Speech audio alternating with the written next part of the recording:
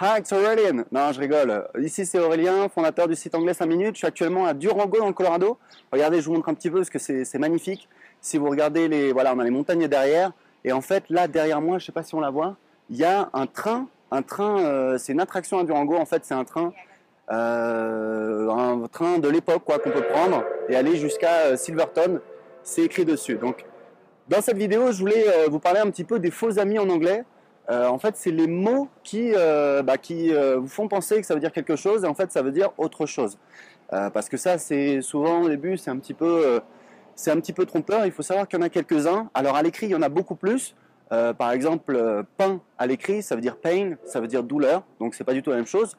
Mais même, il y en a d'autres qui sont plus au niveau des sonorités. Il y a par exemple dramatic. Dramatic, ça veut dire en fait, ça veut pas dire dramatique, hein, ça veut pas dire triste, ça veut dire spectaculaire. Donc je sais que there was a dramatic explosion. Ça veut dire il y a eu une explosion spectaculaire, d'accord? Donc ça veut dire spectaculaire, ça veut pas dire dramatique.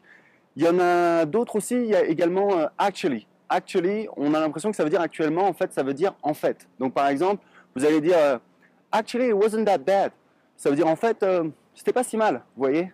Donc ça, c'est très important. Actually, c'est vraiment très, très, très courant. Donc surtout, ne faites pas l'erreur. C'est vraiment le mot que vous avez à retenir de cette vidéo. Donc actually, ça ne veut pas dire actuellement. Actuellement, ça se traduit plutôt par currently.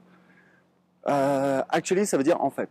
Donc, on a également eventually. Eventually, en fait, ça ne veut pas dire éventuellement, ça veut dire finalement. D'accord? Donc, eventually, we're gonna know the truth. Ça veut dire finalement, en fin de compte, on va finir par savoir la vérité. Voilà.